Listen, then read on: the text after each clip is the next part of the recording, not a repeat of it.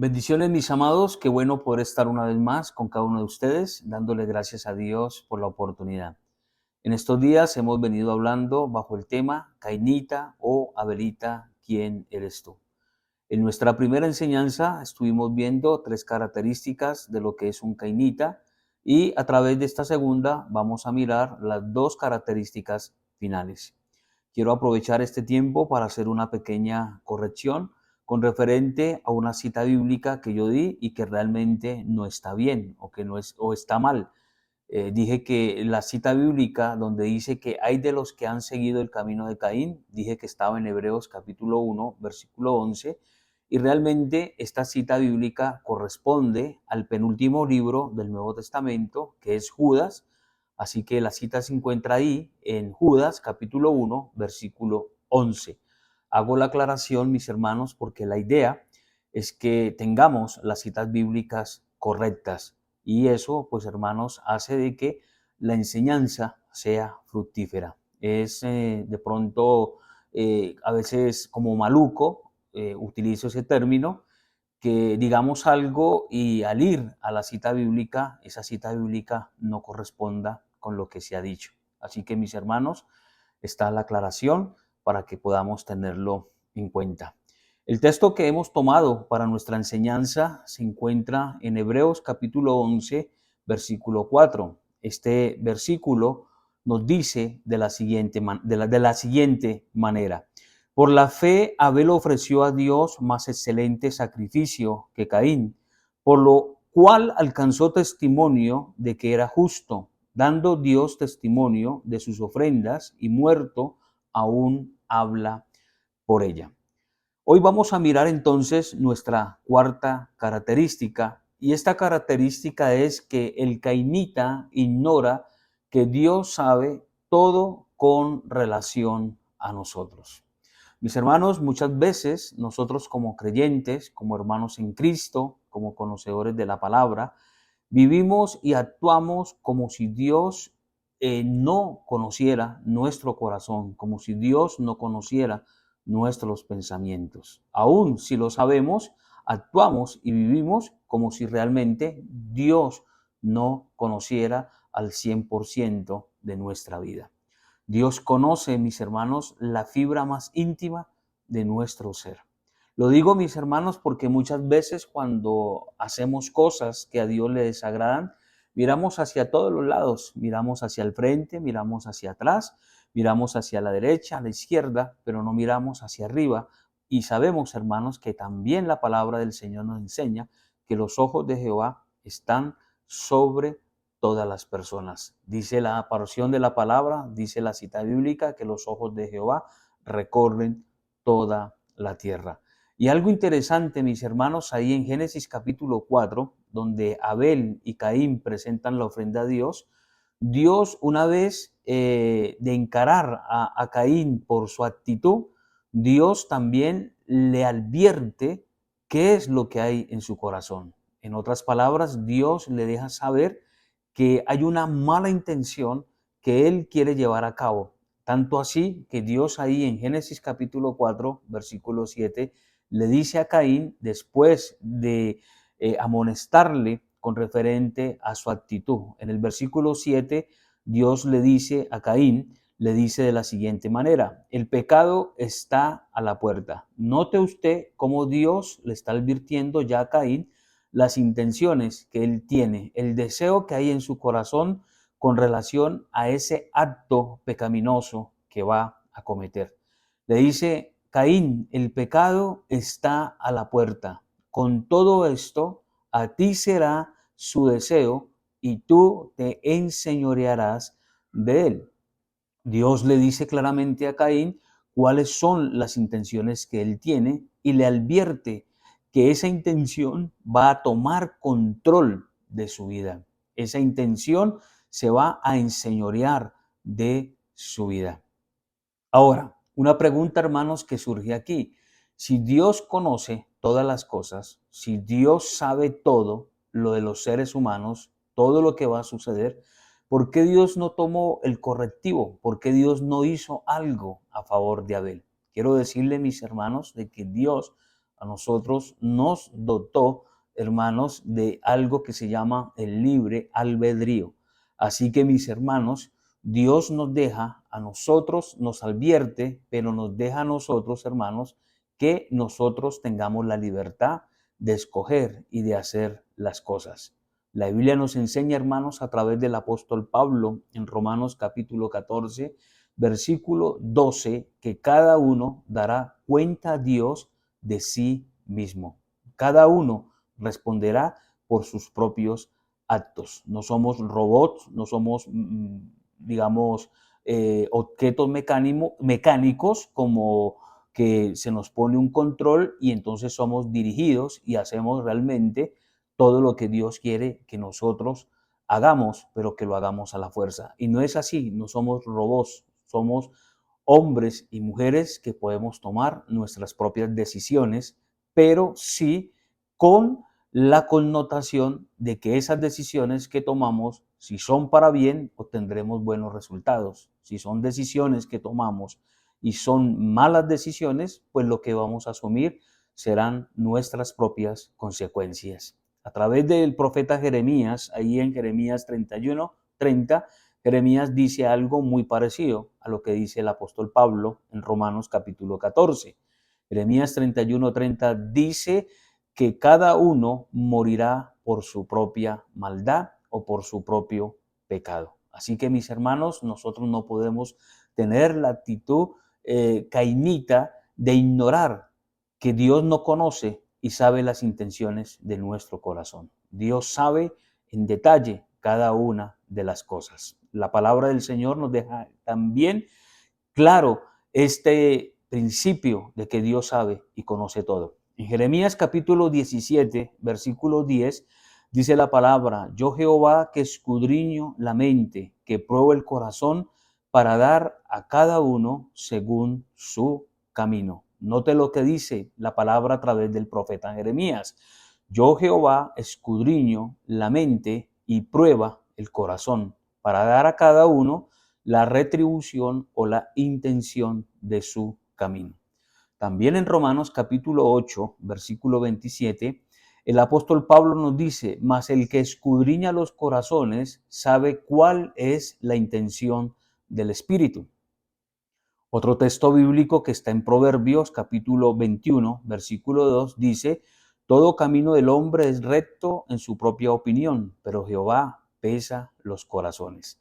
También, mis hermanos, Job llegó a declarar en su calamidad, una vez que Dios empieza a restaurar a Job, ahí en el capítulo 42, al final de esta preciosa historia, Job llega a la conclusión y proclama o exclama algo que es muy importante y que tiene que ver con lo que estamos enseñando en el día de hoy. Job dice: yo conozco que todo lo puede y que no hay pensamiento que se esconda de ti. En otras palabras, Job está reconociendo la omnipotencia y la omnisciencia de Dios, atributos que solamente le pertenecen a Él y que a través de esos atributos Dios sabe, conoce y está en todos los lugares, mis hermanos. El Salmo 139, a partir del versículo 7 al versículo 12, nos habla también de estos dos atributos, tanto así que nos dice la palabra del Señor a través del salmista: ¿a dónde huiré de tu espíritu? Si bajare a lo más profundo de la tierra, allí estás tú.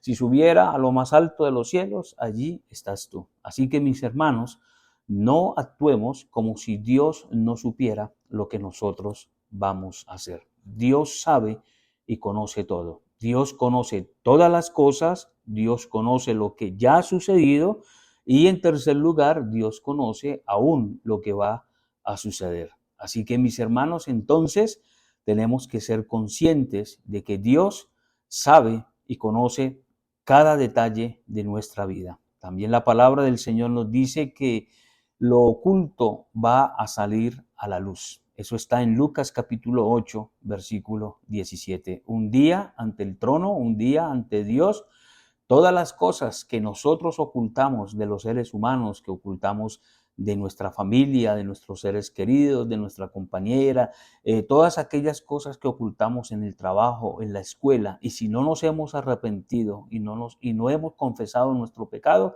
Dios traerá a la luz todo. Miren, mis hermanos, Dios conoce todo. Dios conoció, hermanos, y hemos dado ejemplos con relación a cada característica. Y en la Biblia está la historia de un hombre llamado Acán, que tomó, mis hermanos, de los enemigos un manto babilónico, tomó algo que no le pertenecía y que Dios había prohibido tomar. Tanto así, Dios había declarado que a Josué le iba a entregar a sus enemigos en su mano. Pero a raíz de que este hombre tomó y robó o sustrajo del anatema, Josué empezó a perder la guerra. Ahí en Josué capítulo 7, el versículo 5, dice que Josué empezó a perder la guerra y 36 hombres fueron muertos. Y Josué, mis hermanos, se rasgó los vestidos y bueno, Dios, ¿por qué has permitido? Si tú me dijiste que los enemigos iban a ser entregados en mis manos, entonces, ¿por qué? ¿Cuál es la razón por la que nosotros estamos perdiendo soldados en la batalla?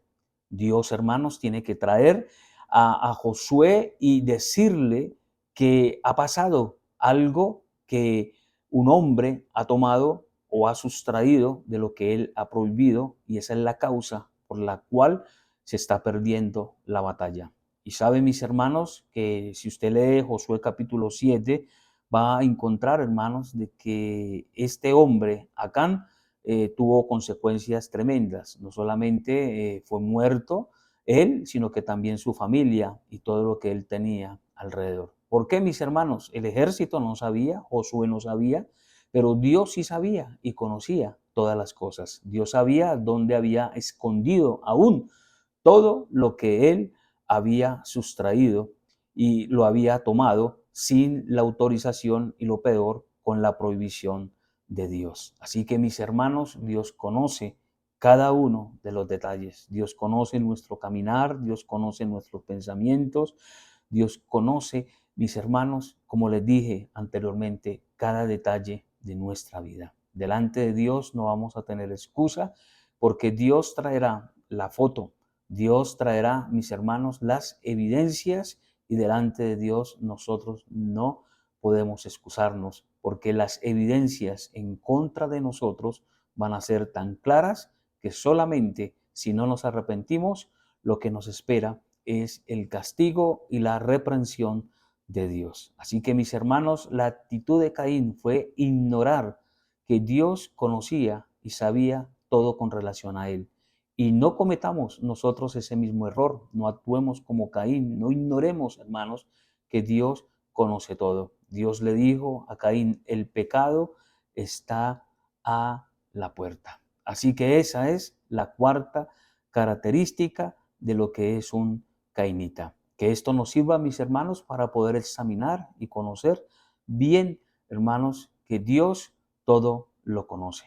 Y que también Dios, hermanos, a través de estas historias, a través de estas enseñanzas, como decíamos, hermanos, en nuestro primer video, todo lo que sucedió en el Antiguo Testamento para nuestra enseñanza es, para nuestra amonestación es. Así que, mis hermanos, aprendamos de estos hombres y sepamos, hermanos, que con Dios no podemos jugar. Dios no puede ser burlado. La Biblia dice, horrenda cosa es caer en manos de un Dios vivo. Ahora, mis hermanos, en quinto lugar, la quinta característica de un cainita es que el cainita peca tras un análisis previo, o lo que comúnmente llamamos peca premeditadamente. Mis hermanos, Caín no le respondió a Dios, hermanos, que fue el diablo, o que el diablo le estaba colocando, mis hermanos, ese pensamiento maligno de acabar con su hermano. No, la Biblia nos enseña, mis hermanos, que Caín ya había premeditado las cosas. Él ya había, mis hermanos, ahí en su corazón había guardado ese acto y solamente estaba buscando la oportunidad para realizarlo. Mis hermanos, como les decía, a veces nosotros tenemos la tendencia de cuando fallamos o cometemos un acto que sabemos que a Dios le desagrada, la tendencia de nosotros, mis hermanos, es echarle toda la culpa al diablo. Realmente el diablo no tiene la culpa de todo. Sabemos que el maligno, que Satanás está ahí, hermanos, para poner trampa, como dice la palabra, a través del apóstol Pedro, que él anda como un león rugiente buscando a quien devorar. Pero mis hermanos, lo que Dios le está diciendo a Caín es que él conoce y sabe la intención. Caín no está diciendo, no, Dios, es que la serpiente, la misma que tentó a mi mamá, me está tentando a mí y entonces yo me estoy dejando llevar. No, mis hermanos, él premeditó ese asesinato. Él ya tenía la intención de ejecutar esos planes perversos y maléficos. Así que mis hermanos, déjeme decirle que cuando nosotros fallamos o cuando nosotros pecamos es porque ya nosotros lo hemos atesorado, ya nosotros lo hemos premeditado. Tanto así, mis hermanos, que en el versículo 8, después que en el versículo 7 Dios le dice, ojo Caín con lo que vas a hacer. Ojo porque el pecado está a la puerta. El verso 8 inmediatamente dice que Caín dijo a su hermano Abel, salgamos al campo, y la estrategia estaba planeada. No sé, mis hermanos, a veces me pongo a pensar como en muchas cosas. No sé si Caín le ofreció una comida, no sé si caminaron juntos, hablaron, pero lo único que sé, mis hermanos, es que en el primer intento lanzó su ataque cual león sobre su presa. Mis hermanos, de un momento a otro, Caín se levantó y atacó a su hermano. Así que, mis hermanos, ya lo que él había premeditado lo está accionando. Dice la palabra que estando ellos en el campo, Caín se levantó contra su hermano y lo mató. Mis hermanos, el problema, y vuelvo y lo repito, es que queremos culpar al diablo. Queremos culpar a Satanás, cuando realmente, mis hermanos, nosotros somos los que hemos trazado y planificado en nuestra mente tan horrendos actos. La Biblia nos enseña en Santiago capítulo 1, versículo 14 y 15 lo siguiente. Yo sé que usted lo conoce, mis hermanos, pero como les digo, aún a veces nosotros conociendo, a veces como que nos hacemos los de la vista gorda, a veces como que tenemos eso como excusa de estar culpando a Satanás, pero ignoramos, hermanos, que somos nosotros mismos parte de nuestro problema. La Biblia dice en Santiago 1:14, cada uno es tentado cuando de su propia concupiscencia es atraído y seducido. Y la Biblia dice en el versículo 15 de Santiago 1, una vez que la concupiscencia ha concebido, da a luz el pecado. Me llama muchísimo la atención que cuando Santiago habla que cada uno es tentado cuando de su propio corazón, de su propia concupiscencia, es atraído y seducido, me llama la atención que metafóricamente él lo habla como un embarazo, que después de un tiempo, en este caso después de 9 meses, se da a luz. Y así es el pecado, hermanos, que nosotros vamos acumulando y vamos atesorando en nuestro corazón, en nuestra mente. Lo hemos atesorado tanto que un día vamos a dar a luz a través de nuestras acciones y vamos a cometer actos impuros, vamos a cometer actos que realmente a Dios le duelen, que a Dios le desagradan y que sobre todo pueden contristar, o no pueden, sino que hacen que el Espíritu Santo se contriste en nosotros. Por eso la Biblia nos advierte a través de la carta de Efesios es que nosotros no debemos contristar al Espíritu de Dios. Sabemos que el Espíritu Santo vive y mora dentro de nosotros porque somos su templo. Pero mis hermanos, muchas veces también vivimos e ignoramos de que el Espíritu Santo está ahí dentro de nuestras vidas y actuamos, hermanos, como si no fuera así. También, mis hermanos, tenemos que entender y saber que tenemos una naturaleza mala, carnal, que quiere rebelarse. Esa naturaleza carnal, esa naturaleza arraigada, mala que hay en nosotros, muchas veces se altera y quiere rebelarse. Por eso, mis hermanos, es que nosotros debemos someter nuestra carne. La carne debemos someterla. Y la mejor manera de someter nuestra carne es a través de las cosas espirituales. Recuerde, mi hermano, que la carne solamente se doblega es a través del espíritu. Entonces, hermanos, de acuerdo a la manera como nosotros nos alimentemos de las cosas de Dios, vamos a ir reduciendo la carne. Pero si alimentamos la carne, pues hermanos, no vamos a poder lograr y alcanzar la victoria. Déjeme decirle, hermanos, que Caín fue inteligente, pero desafortunadamente esa inteligencia la usó para mal. Mis hermanos, los cainitas son inteligentes. Él fue inteligente, él buscó el tiempo, él buscó el lugar, él buscó el momento. Pero mis hermanos, tan inteligente era que mis hermanos, él logró su objetivo que aclaro mis hermanos, que aclaro, motivo mis hermanos que le desagradó a Dios. Déjeme decirle, mis hermanos, que a veces nosotros utilizamos la inteligencia no para hacer el bien, sino para hacer ¿qué?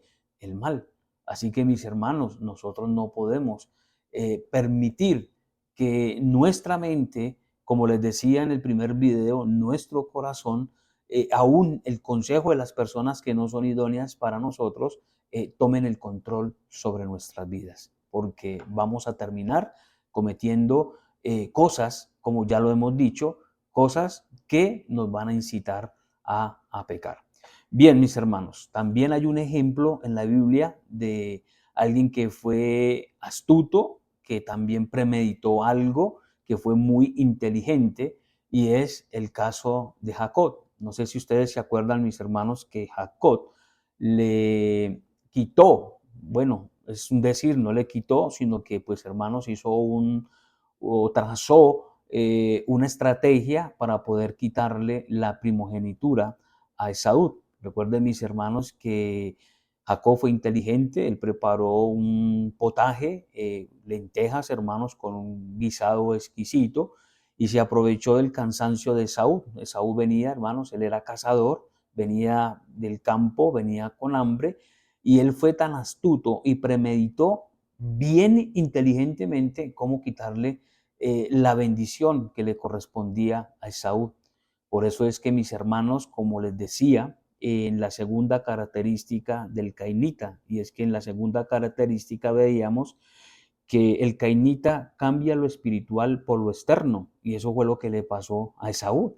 Esaú, hermanos, en un momento de hambre, en un momento de debilidad, en un momento, hermanos, donde su carne le estaba pidiendo alimento, él no valoró la primogenitura, que era una bendición tenerla. Es más, la Biblia dice que Esaú lloró con lágrimas, hermanos, lloró con lágrimas intentando poder recuperar esa bendición. Eso lo dice, hermanos, Hebreos capítulo 12, versículos 16 y 17.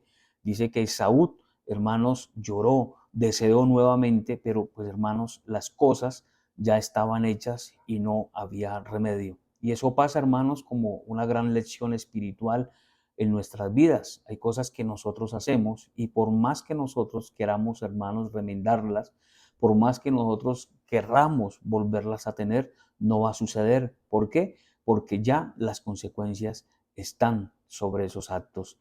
Y déjeme decirle, Jacob premeditó las cosas. Jacob sabía en qué momento iba a aparecer Esaú. Jacob sabía cuál comida le gustaba, qué olor le gustaba. Se aprovechó de las circunstancias. Y tanto así, hermanos, que Esaú cayó en la trampa. ¿Por qué? Porque el cainita cambia lo espiritual por lo externo, por lo que se ve. El cainita se deja llevar, hermanos, por los momentos y su espiritualidad la deja a un lado y termina cediendo a los apetitos materiales, a los apetitos de la carne. Así que, mis hermanos, tengamos mucho cuidado porque esa es una característica del cainita. El cainita premedita sus actos y no mide las consecuencias. Así que, mis hermanos, como conclusión, usemos nuestra inteligencia para agradar a Dios y no para usarla como un arma de pecado hacia los demás. Recuerden, mis hermanos, esa gran enseñanza, hermanos, que estamos mirando a través de lo que es un cainita. Miremos no solamente lo que es las consecuencias que vienen a través de las características. Miremos, hermanos, que Dios quiere lo mejor para nosotros. La Biblia dice que Dios tiene pensamientos de bien, que Dios tiene pensamientos, hermanos, para nosotros de bendición. Así que, mis hermanos, dejemos aquellas actitudes cainitas y volvámonos al Señor. No ignoremos, mis hermanos, que Dios conoce todo de nosotros, que no nos vayamos a llevar sorpresas, porque, mis hermanos, Dios aún a través de esta palabra nos está dando la oportunidad para que nosotros podamos corregirnos, para que nosotros podamos, mis hermanos, dejar ese pecado. Recuerden, mis hermanos, que la Biblia dice que si confesamos nuestro pecado, Él es fiel y justo para perdonar nuestro pecado y limpiarnos de toda maldad. La palabra del Señor también dice: hijitos míos, si habéis pecado, abogado tenemos para con el Padre. ¿A quién? A Cristo. Así que, mis hermanos, acerquémonos confiadamente al trono de la gracia y vamos a obtener la misericordia de Dios. La palabra del Señor nos dice que aquel que confiesa su pecado y se aparta, obtiene la misericordia de Dios. Dejemos, hermanos, la actitud o las actitudes cainitas y volvámonos al Señor. Hoy es el tiempo, mis hermanos, para que podamos reflexionar, para que podamos examinar y evaluar nuestra vida delante de Dios y poder corregir y seguir avanzando por ese camino que Dios ha determinado. Ese camino que Dios ha determinado y que nos llevará a una gran bendición celestial. Así que, mis hermanos, estas son las 5 características de un cainita. Simplemente, hermanos, es mirar si nosotros muchas veces actuamos como Caín, si actuamos como este hombre que de una u otra manera, lamentablemente, en Génesis capítulo 4 termina con que Caín salió de la presencia de Dios. Yo creo que fue lo más terrible o la decisión más terrible que pudo tomar Caín. Así que, mis hermanos, bendiciones. Y entonces, hermanos, nos veremos en un tercer video con las características de un Abelita. Bendiciones, un abrazo para todos ustedes y que la bendición de Dios esté siempre en todas las cosas que ustedes hagan y que Dios sea respaldando todo en sus vidas. Muchísimas bendiciones, mis hermanos. Un abrazo para todos ustedes.